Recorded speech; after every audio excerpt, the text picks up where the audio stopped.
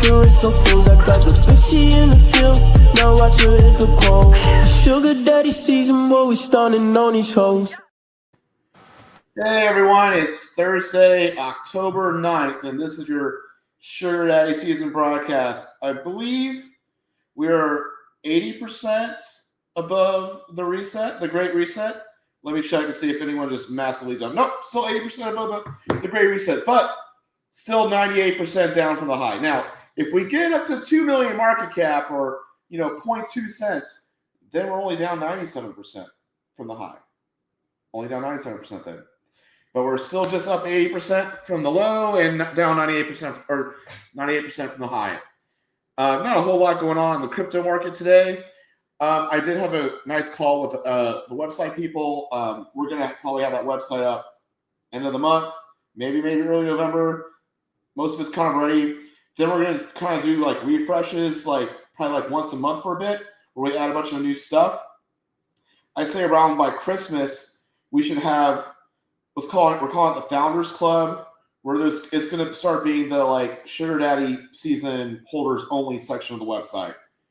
So there's going to be kind of some more direct internet, things where you have to own the coin to actually be part of community discussions, where we kind of talk about meme coins or whatever we decide we want to use the gate kept just for Sugar Daddy Season holders aspect of the website. And we're going to kind of build that more and more over the future is kind of the idea. And I understand that no one can really see a month, no one can see 2 months ahead. I don't think most people can see 2 days ahead. Maybe 2 hours ahead. Maybe. But this is crypto, so 2 hours is even a bit much to ask people. But that's kind of the plan with the websites. And I'm going to kind of use today to be a little bit more kind of talk about this and talk about meme coins price and how meme coins move in general. And then on Saturday, it's going to be a little bit more fun bullshit day. Saturday will be at 10 p.m. Eastern. So it's going to be Saturday night. So it's why the hell are you listening to a meme coin stream on a Saturday night? But I'm there too. So we're going to have some fun. And it's going to be kind of a little bit more of, kind of zaniness and just kind of pure theory about what I really think is going to happen next year with meme coins and the upcoming explosion. I did repost something that Murad did, an interview. I love that guy. Well, I love this guy, obviously. I kind of echo a lot of what he said already. So I don't want to act like I'm the first with the idea. He's kind of said all these things already. But it's really worth a watch if you have that 30 minutes, or you can watch it in 20 minutes if you put it on faster speed. But it's a lot of what I'm saying. It's if you look at what people are really buying, it's for the meme value. So let's cut the bullshit, and that's kind of what crypto's about. And it's also the type of thing where people think stuff is trading, but no one really makes money in trading crypto. You make money owning and holding. I can tell you myself personally, all the money I made in crypto has been from long-term holds. It's not from buying it here and short, selling it here and then rebuying. No, it's identifying a trend or the crypto, investing in it and it going up, or investing with someone else that knows crypto and in their fund and they did real well. But the whole idea is it's generally long-term. It's not short-term stuff. And people think of meme coin, they think of meme coin trading. No. And he talks about how it's going to be even harder to make money from meme coin trading. And I agree with what a lot of he's saying. The more and more of these random random coins of the day is it's impossible. If you want to actually make money from this, find some memes, find some communities you think have value, and stick with them. But that's what I want to talk about today is how these meme coins move.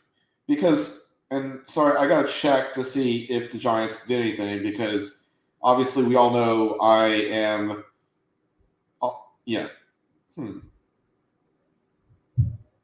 whatever. Anyways, we all know I got DraftKings lineups going on, right? We all know that. We all know it, and I can't go more than a few minutes not knowing if if they hit. So let's talk. I'm not going to. I'm not looking anymore. I'm like they're in the red zone, and I'm going to do this damn This we don't have any questions yet, do we? We don't have any questions yet. Okay. No, we're clear. They're watching the Giants Eagles too. Yeah, I don't know. Anyways, I'm going to talk about. I think this is important because I didn't understand the shit when I got into meme coins. I didn't understand how thin they were. I didn't really understand how the markets worked. How everyone thinks that it's rugs or this or that. They oversimplify it in their heads and they don't really understand what's going on. So something you understand is that meme coins are insanely thin. Insanely thin. What's important is to look at, and you could look at it on a bird eye, like birdeye.so. Don't just look at the locked liquidity. Look at all of the liquidity in an AMM, because the more liquid it is, the less the moves are, right? So let's just say a meme coin has a market capitalization of $10 million, and there's 1 million liquid in the liquidity. That's 10%. That's pretty high. And even that, the meme coin will move quite a bit. But often these meme coins will get down to 2 or 3%. When we got our first high, when we made that massive move, the liquidity got down to 1.4%. That's why shit moves so fast up and down in that first month with Sugar Daddy season, because there just was no coins left in the AMM. So if anyone sold any to the AMM, it pushed it down fast. If people bought any, it moved it up real fast. But that's how all these coins are. No matter how thick they are, they're still kind of thick. 10% is considered really thick, and they still move far more than stocks or bonds. These things are not liquid like people think of traditional investments. And I'm talking about the stuff that's more on chain. I have no idea how the stuff that's on an exchange versus I don't really know. I guess it's going to be more liquid, but it's still pretty freaking illiquid. And that's why you can have these massive moves. So that's something to kind of pay attention to. If a coin is more liquid, it generally means that it has some sell-offs. We are far more liquid now. Our liquidity is 240,000. And it's about 12%. Now keep in mind, we were even at 660 million or whatever we were. I don't think our AMM was ever worth more than 1.2 million. And keep in mind, half of that is Solana and half of it is Sugar Daddy season. So it's there was 600,000 of Solana, and now there's 120,000 of Solana, right? So from a liquidity standpoint, we're down 80%, or we're a 5x would get us to where we were, not a 40x or 50x. Does that make sense at all? And honestly, liquidity is kind of more important than price when you really talk about how much is in a coin. Because the idea is, if everyone sold today, let's just say I sold. I'm not, but I own the most of this thing. I can get at most maybe $120,000 out. Okay, even if the coin is worth 1.8 million, even if I don't own 99% of the coin. Obviously, I don't. But even if I did, I could get 120,000 out of it, not 1.7 million. Okay, you get half of what's in the AMMs. That's how much is in the coin, and we were down, and the most we ever had was 5x where we are. Not even though our price was 40x higher. Quan, do you think this is making sense to people? It's a lot of numbers. I need to open up. I need to open up a bird eye. Okay. I'll open up the bird eye to explain this a little bit more.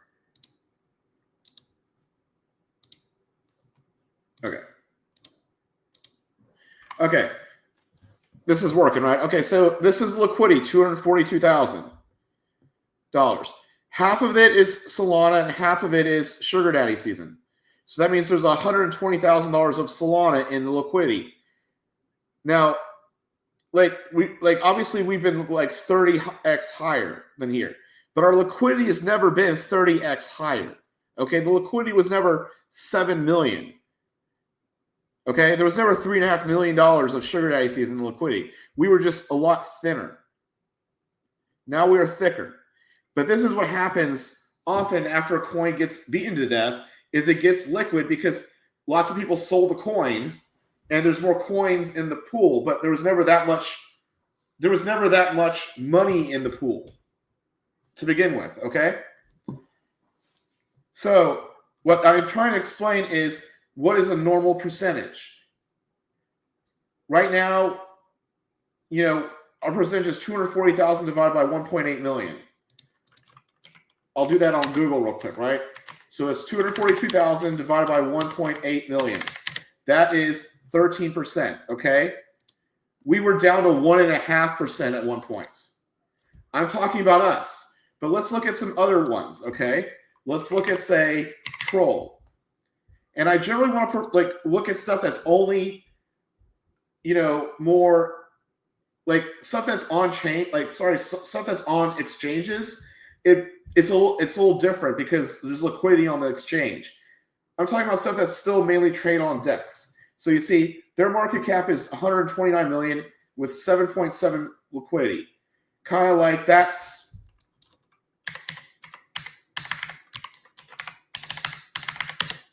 about 6%, right? That's pretty good. That's pretty high, to be honest. You generally want to see it at least 3%, like 5 to 6% is normal. But even if it's at 5 to 6%, that's why things can move fast.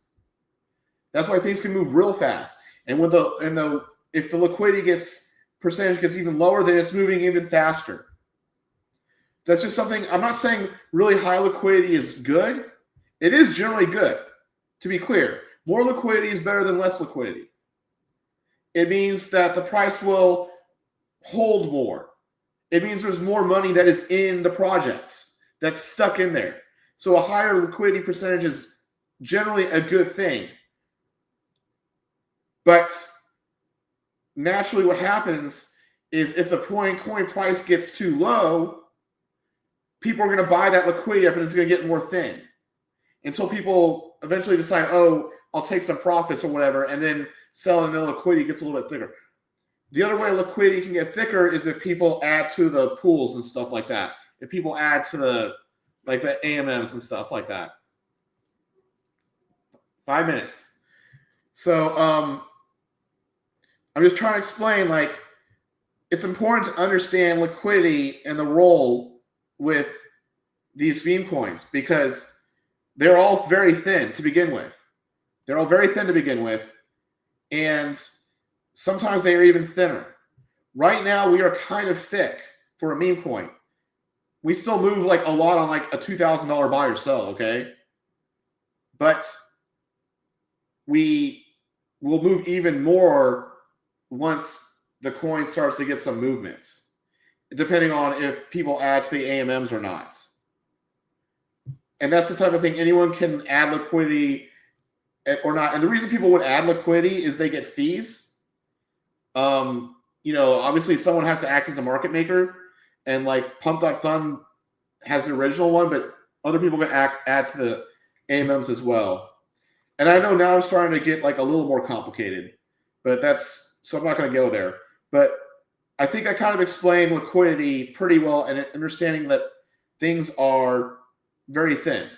Now, something people look a lot at is volume. That's generally a bullshit statistic, okay? I don't know the exact number of real volume and fake volume, but Bird Eye shows you the net amount that's been bought or sold. See, 5.86 million of volume, but only $86,000 difference in terms of net buys or sells. That means, or now it's 87,000 for Troll. That means 87,000 was taken out today, which I'm just telling you that's the amount that's been taken out. I'm not saying that's really high or really low. But compared to 5.86 million of volume, that's nothing. Hence why you don't really look at volume. Now I want to talk about the idea of crashes and rugs and all that sort of stuff, because people really oversimplify shit. You can see if liquidity is call it 6%, that means only 3% is Solana, right? So if someone owns 1%, they take out a third of the liquidity if they sell in their entire position. If someone and the AMMs balance it, right? So they're not going to let's just say you have 3% and you try to sell all 3%, they're not going to give you all the liquidity. That's not how it works. It's going to go down a lot, but it's not going to go to zero. But what happens is it'll cause a panic and everyone else sells. And that's what really causes the price to spiral. So that's why the only thing you can really go on with meme coins more than anything is if they come back or not. Because people are always going to want to sell if they have big profits. People are always, and there's a difference between selling a little bit and riding it versus just, full stack Hitlering and getting out. But the idea is if it sells and it goes down, people should want to buy because they think it's going to go back up anyways and they want to get in at a good price. And that's something I think people kind of understand with meme coins is that it's about resilience. It's about showing the only way you can prove demand is to have a crash and then come back from the crash multiple times. That's really the only way that people can fucking prove that they like this coin. Because at the end of the day, a meme coin is different than a traditional asset. Because a meme coin is priced on belief. Do people believe in this brand? Do people believe in this belief? And if people sell it and don't buy it, and then it's saying they don't. And if people see it go down and they don't buy it on the cheap, it's saying people don't care enough to buy the belief or they don't believe in it. Otherwise, they would bid it back up. It's really that simple. It's all about belief and stuff like that. But my point is, the prices can move so easily, so quickly. And a lot of people want to think, okay, well, if it goes down, I want to feel like there's enough demand out there. But at the end of the day, these things by nature should not trade that much. Because if you believe in something, you don't just trade it like every day. If you're a trader, by your nature, you sell out after you make a profit. That's the way a trade works. A trader does not believe. Like, that's just the way it works. I'm not knocking it. I'm simply saying that's how it works. So your community can't be composed of people that are just in there for a quick trade, because then you don't really have a community. You have nothing. No one believes in the brand. No one believes in anything. But often the only way people believe in it is that the price goes back up. It's kind of circular logic. But my point is simply this. These coins may say they're worth like this high of a market cap, or they might be worth whatever. But such little money can move these things, especially under $1 billion market cap. And that's kind of why these things happen. That's why a coin can tank 80% on not that much volume or not that much net volume. Do you follow my drift? Let me see if I can find, like, say Useless is this is a coin that's been moving a lot lately. Well, this one's got quite a bit of net volume or net buys, right? 1.6 million, and it moved at 4%. Of course, it moved at 4% on a, like, you can see like 1.6 million of net buys moved at like 13 million of market cap. Do you get what I'm saying? It moved at about 15x. That's actually pretty low, if anything. I mean, I can see, like, when things get really illiquid, like essentially buying 1% of the pool can move the price like, 20% or something crazy. It's the multiplier of how much people sell versus the price is extremely high. So if you sell 1%, it can easily move the price 25% because these things are liquid. Does that make sense, Quan? You think I'm kind of like getting through to people? Do you have any questions on this shit? No questions. It's Crypto Savvy's in here Sunday. I think someone says we understand. Crypto Savvy said, but it's a little, like, I understand the liquidity is cash, right? It's like actual money and actual figures. Right. and it would be hard for me to kind of wrap my head around it without like hearing it over and over again. But I think like kind of the most important part that you're saying is that the bounce back is the most important part in how we recover from the crash. And I think that's kind of like the gist of where I'm at with everything. So I'm not gonna act like I'm a savvy with crypto, but I would have to watch this a few more times to kind of to pull it in. Yeah. So what I'm trying to say is metrics that matter. It's liquidity, the amount of money in there, and liquidity percentage. That means the amount of money that's in there, that matters more than just say raw price in terms of the health of a project. What also matters is like don't look at volume as much as liquidity, because volume can be faked. Liquidity cannot be faked. Don't look at holders. That can be faked. Look at net buying. That can't be faked. I'm hoping these are kind of falling through to people, and that's also why a meme coin will always get tested. If it goes up a lot, someone is going to test it. Also, if something goes up and it doesn't get tested, then no one's going to buy it, because everyone's going to be like, you're waiting for me to buy to sell. Everyone wants to see a meme coin get tested before they can buy it, because they might just be like, oh, it's just you and your buddies holding, waiting for some fools to buy, and then you sell on us. That's why they want to see other people sell it first and it get bought back. That is psychology that I think most people understand. So, meme coins, what matters? Liquidity, yes. Volume, not as much. Net buy sells, yes. Holders amount, the raw amount of holders, not so much. Well, does a meme coin like not ever crashing mean good? No. A meme coin bouncing back is good, because meme coins will sell off at least 50% because they're illiquid and some person's going to want to take a profit. That's just the way shit works. Meme coins are not about safety. They are about resiliency and fast moves up. Meme coins are about fear of missing out, which means your fear that if you sell, you miss the zoom up. Also, you fear if it crashes down and you miss the opportunity for the quick gain. That's what meme coins are about. Meme coins are not about safety at all.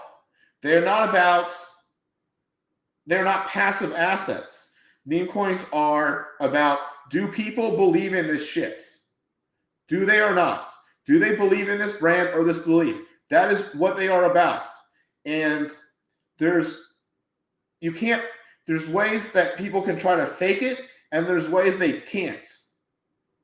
But liquidity, I hope I'm trying to get through to people that there are certain things that cause meme coins to go up real fast and go down real fast, and it's largely a result of the fact that these things are illiquid to begin with, not so much that one person causes it to go down.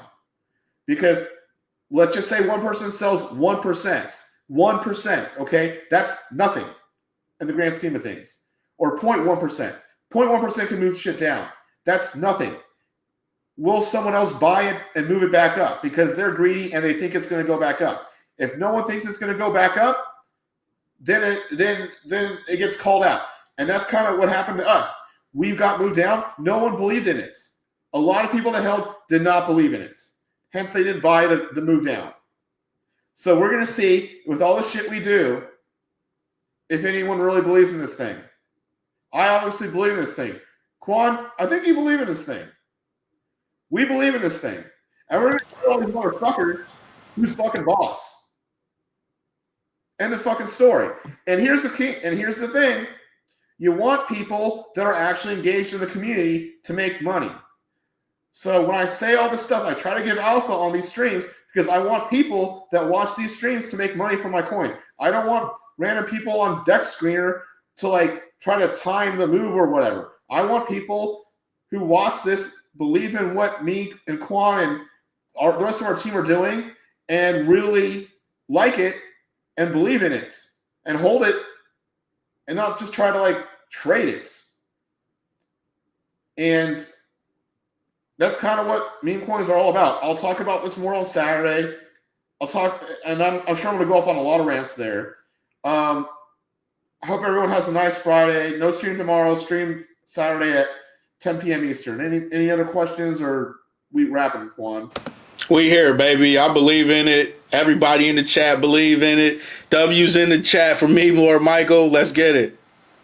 All right, sounds good. Have a good night, everyone.